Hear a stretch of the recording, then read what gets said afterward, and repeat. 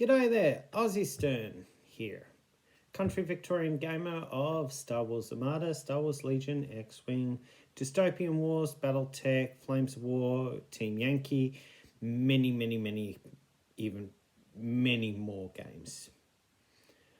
It's been a while since I've done an update to this channel, and I thought I might as well do so while I've got a little bit of spare time and show you something that I have been started to work on as of a couple of days ago. To start with, I have pretty much finished my current Battletech collection and have painted them all into the Kellhound forms. I am currently in the process of waiting for my Kickstarter to arrive, the Mercenary Kickstarter. That's not due to arrive until probably about June, and seeing it has to come all the way across the world, I'd be expecting it maybe even into July. Be that as it may, what can I do in the meantime? I've been doing a little bit of board games, some random RPGs, for both online and also in person. And I also have been getting back into Star Wars Armada again. And I've been looking at getting some more miniatures. Yes, we haven't had any official content from Atomic Mass Games for a while, except for some card options from Rapid Reinforcements 2, but we haven't really had too much recently. On the other hand, via TV, we have had the rest of Mandalorian series. We've now got the new Bad Batch, that season 5, I think it is, the very last season of Bad Batch, coming through the process at the moment. We've also got coming up Star Wars Acolyte and Skeleton Crew, so there is a lot of content out there in terms of images. This has led to a lot of ability for the third-party organisations, namely Shapeway through Mel's Miniatures or through Etsy, for people to actually build their crafts and try and get them as close as possible to Armada scale size. To that end, I actually found a store that is closely associated with Mel's Miniatures. This is done by a guy called Wes Janson 3D via Etsy. Now, Wes Janson, for some people that may not realise this, looks to be also an author as part of the Katie Shipwide websites that does a number of the cards and or alternative cards for Star Wars Armada. So that actually means that he has a fairly good understanding of the game. I'm not sure about his background or anything, but I believe that he has stated on his website that he has had communication with Mel Miniatures and have received some rights to do some of Mel's Miniatures as his own prints. Be that as it may, I have looked through his catalogue, and his catalogue looks really good. I will add it into the description below if you would like to have a look at it. Meanwhile, my order that I ordered from him took only about a week and a half to get here from America. I ordered 12 E-Wings and 12 Mining Guild TIE Fighters. I was pleasantly surprised that they arrived nice and safely, but more to the point, I had one addition in it that I wasn't expecting, and I believe it's called a TIE Avenger. This is in a slightly different coloration than the rest. I'm not sure if you can pick it up.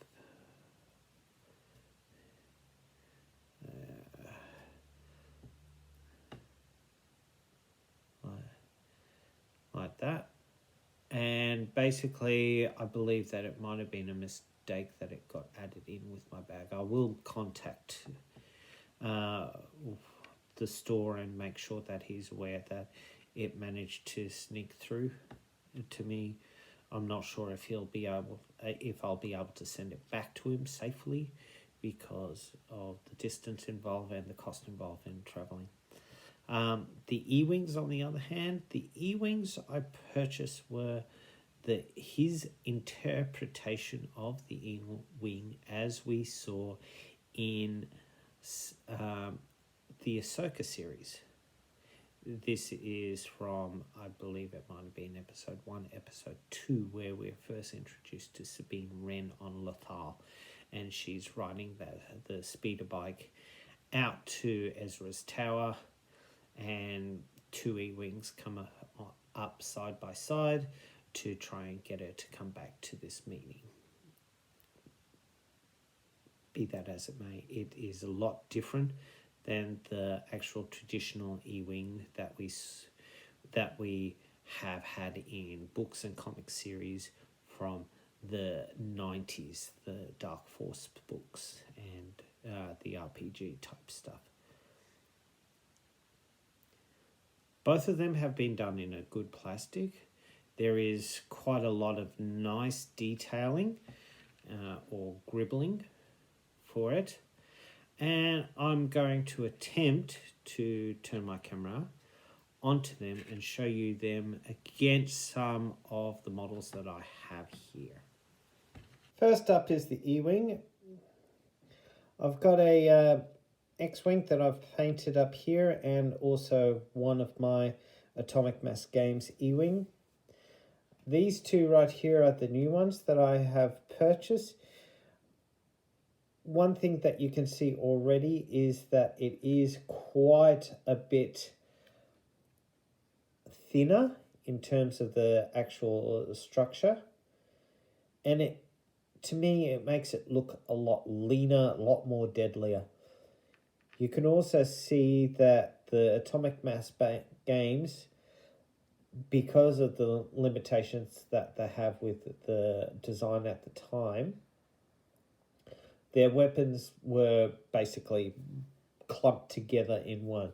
The newer model from Ahsoka, you can actually see that the weapon to the engine is separate.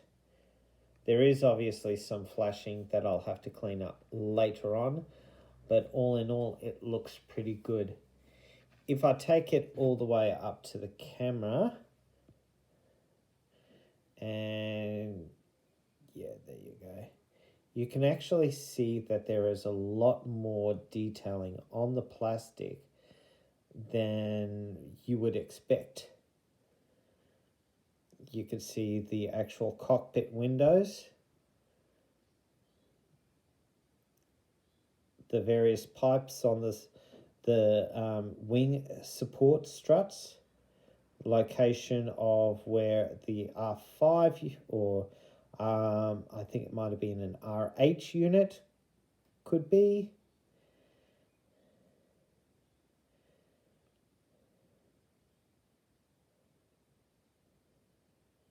And it's really, really a good quality. Nice, sleek. When you compare it against the original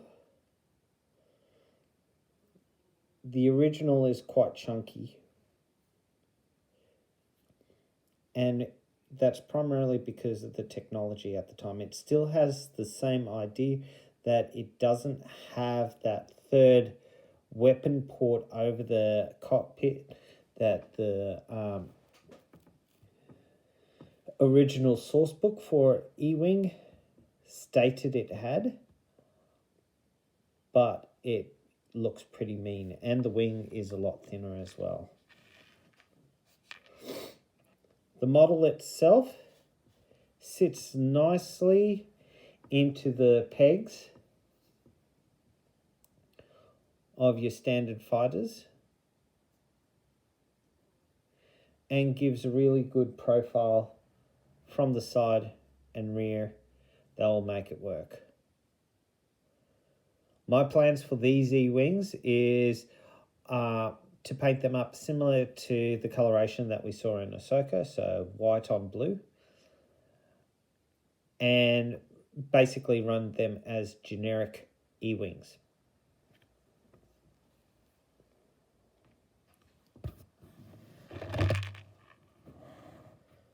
On the other hand, the mining guild fighters are pretty much the exact same scale as the TIE fighters, the generic TIE fighters, which is exactly what we're wanting. The mining guild TIE fighters' own main difference is that it has had this section cut out. Other than that, it looks exactly the same as your TIE fighter.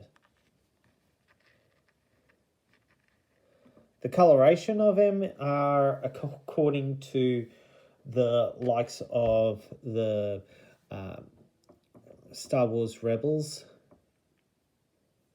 TV series, is that it is a yellow around the superstructure and black still on the solar sails. And I think that they look pretty good. As you can see, that's the TIE Avenger there, just against its counterpart, the TIE Interceptor.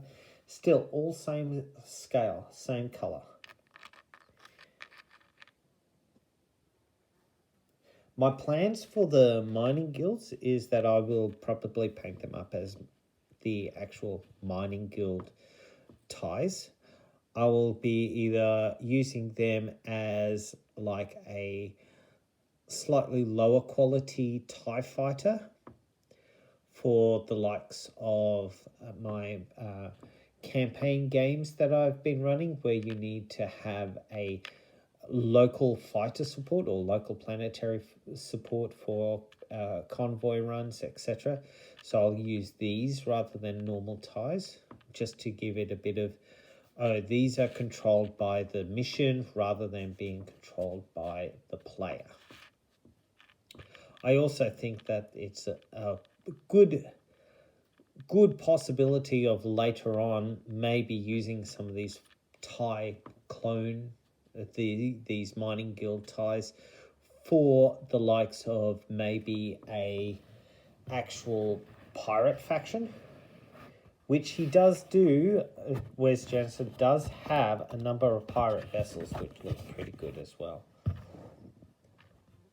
The mining guild tie fits on the stand quite nicely as well. Bringing it up close, let's see if I can get it. Yeah, so again, you've got a lot of the actual contours that are similar to the TIE fighter. So you've got the cockpit glass, you've got the top raised area, you've got the exhaust, etc., laser points down underneath, all pretty good, all nice and clean.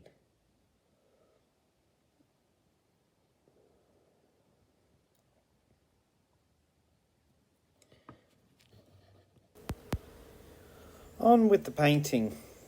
So starting off with the mining guild tie, I have done a spray of white over this grey plastic, and I tried to do it very lightly so that as much of the detail underneath is still being able to be seen. I've really needed to use these tweezers to move everything around because it gets quite small down at that scale, and also using a magnifying glass to see everything is probably ideal. I used that yellow for the base coat of the tie, and essentially, after I did the white, I put yellow over everything that was going to be yellow. So all the stripings of the solar sail, the eyeball, you could almost say, and tried to do it as much as possible in the area. I then introduced the black for the likes of the solar sails, the glass, the top bits, the view slits that you can see above the tie, and also did a red coloration for the gun ports. Probably the most difficult thing I found was to get that black on the inside of the solar sails. Right about there. I had to maneuver it quite well, and using these tweezers that are basically designed to, when you squeeze it, they actually release rather than tighten, was really handy. At this stage, this is the finished product of base coating. So this is all the initial colours that I needed to put on. And as you can see, I've also done the blue on the engine, but I still needed to do more. Now that the yellow is nice and dry, we need to now go on to the final stage of doing some highlighted colours, which is a ash grey or a very light grey colour around those centre points of the solar sail, and just on the inside of the solar sail just before the superstructure get to the tie ball. I've also done the same grey coloration around the engine cowling and also around the cockpit glass area around the front. I still have to do varnishing for this, and that will be the last step that I need to do for these squadrons of mining guild ties. Now, on to the next one, which is the E-wing. Now, again, with the E-wing, I have done it a basic white undercoat, sprayed it very lightly. This one, I had a bit more trouble spray painting it well, because with the wings and everything else, the gas from the actual spray paint just kept on wanting to lift it up and flip it over. This meant that I had to go back a couple of times to really get the coloration right, but again, very lightly, very soft spray. To it, I didn't need to do any type of base coloration to it, seeing it's already white, but I need to introduce the colours into it. And part of it is to do the blue stripe and the black cockpit area, as well as using some metal grey for the weapon or the lasers. I also used some different colorations for the R5 unit, R8, the astromech droid on the top, and I'll continue to do a little bit of different colours. My next project beyond this is to do the Mandalorian for Star Wars Legion and Grogu. The model turned out really well. This is the official Atomic Mass Games one. I've had him slightly slanting back so that it's almost, if you put them side by side with his other hand going down, it almost looks like he's about to hold on to Grogu and Grogu's reaching out to him, which is a nice little play on positioning. And that's about it for the painting of my Star Wars Armada stuff. As you can see, my next project is the Mandalorian and Grogu. I'm also looking to potentially get some Battletech terrain that I will need to paint up. I just need to decide on what sort of terrain that I'm going to get, and whether it be 3D printed stuff or model railway stuff or even build it myself. I will be taking a look throughout the stores with Etsy and eBay to find out what I really want to get out of it.